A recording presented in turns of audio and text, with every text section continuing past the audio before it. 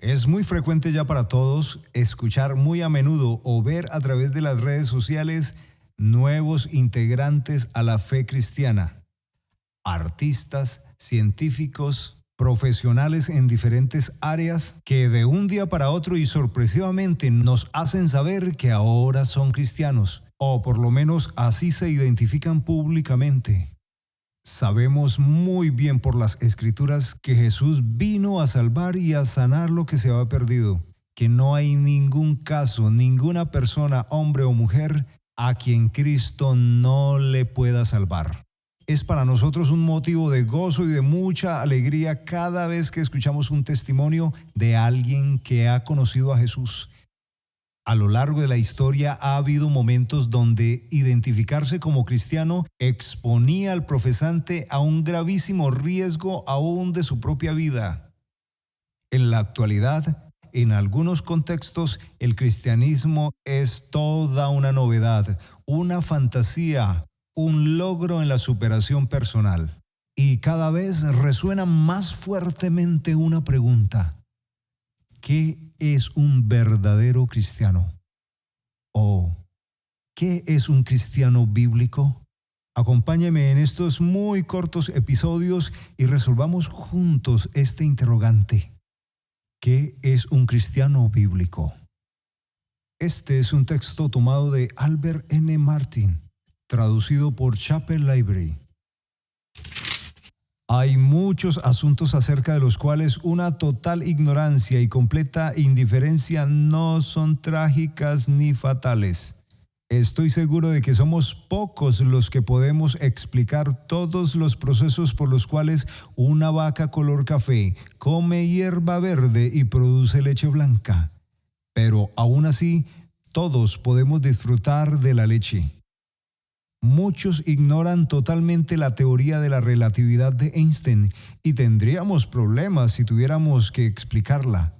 Es que no solo somos ignorantes en cuanto a la teoría de Einstein, sino que la mayoría somos indiferentes a ella.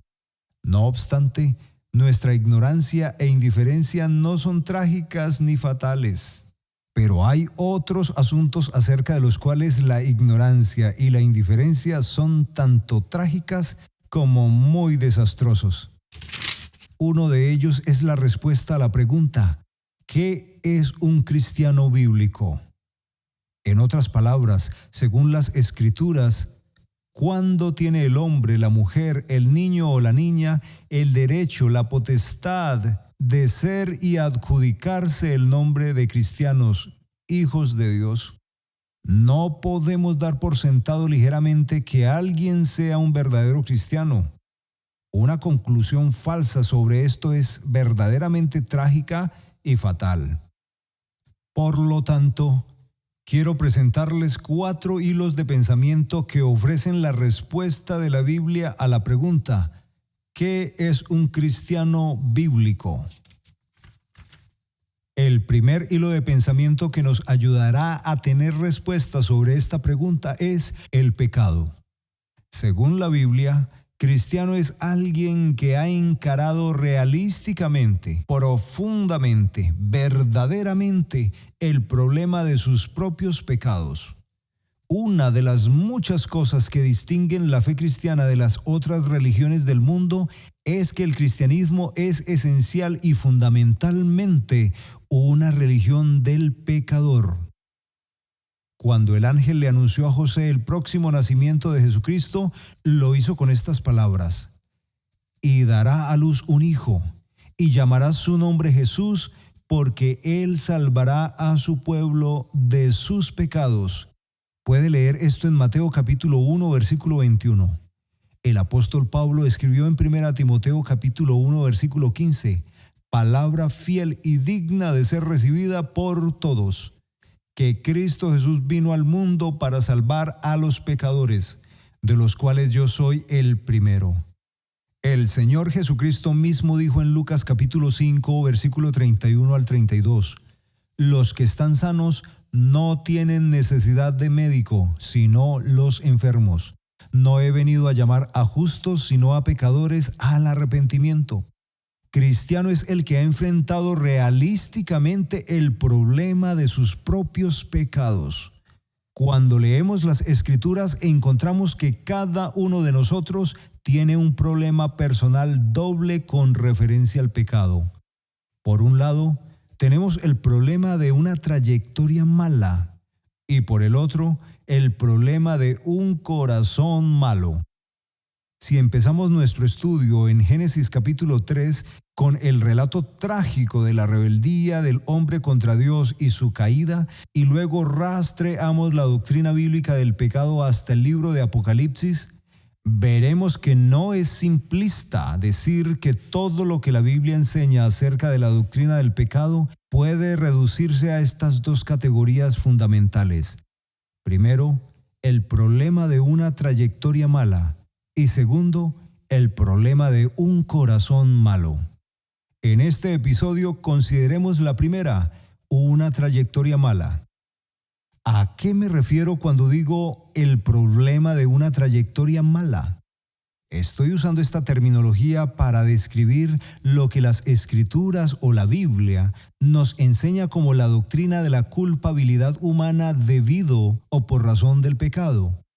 Las Escrituras nos dicen claramente que comenzamos nuestra trayectoria mala mucho antes de existir sobre la tierra.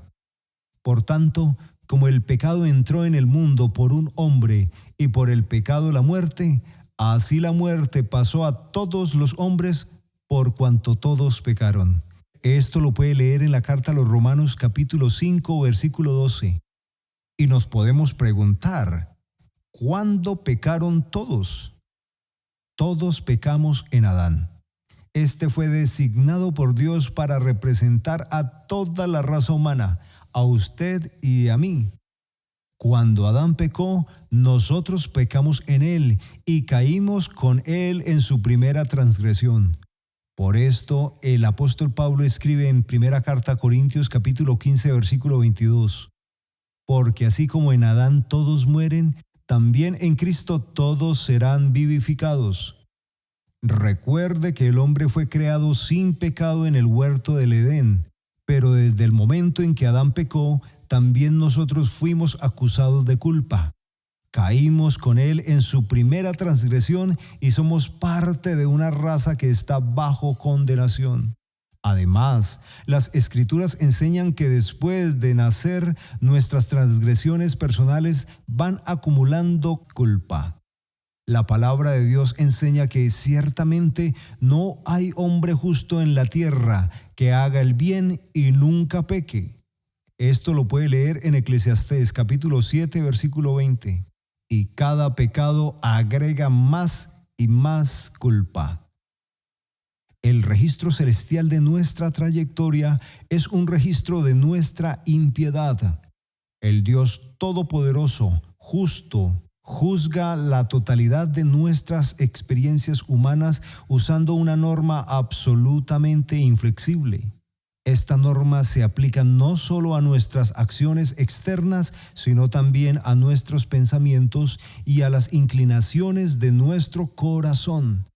Tanto así que nuestro Señor Jesucristo dijo que sentir una ira injusta es la esencia misma del homicidio y que la mirada lasciva es adulterio. Lea esto en Mateo capítulo 5, versículo 22 al 28. Dios guarda un registro detallado.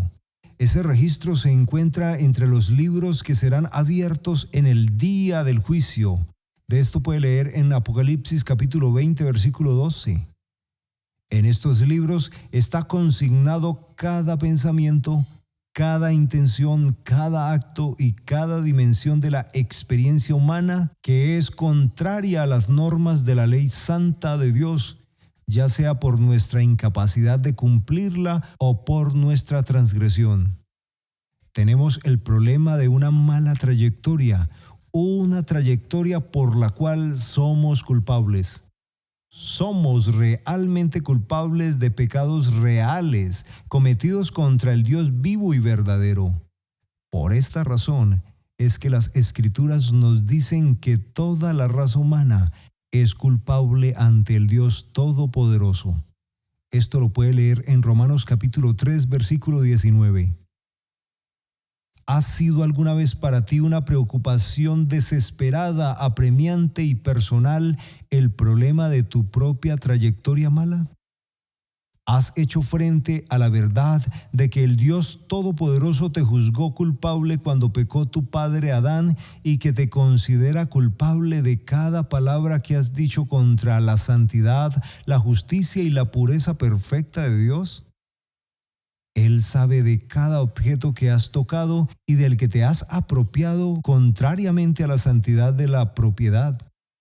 Él sabe de cada palabra pronunciada contraria a la verdad perfecta y absoluta.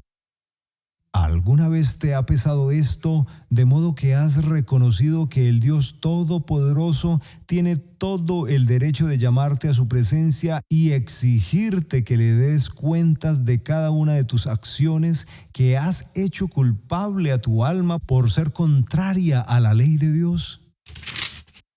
Qué bueno que has llegado hasta aquí. En nuestro próximo episodio consideraremos el segundo aspecto del pecado en el hombre, un corazón malo.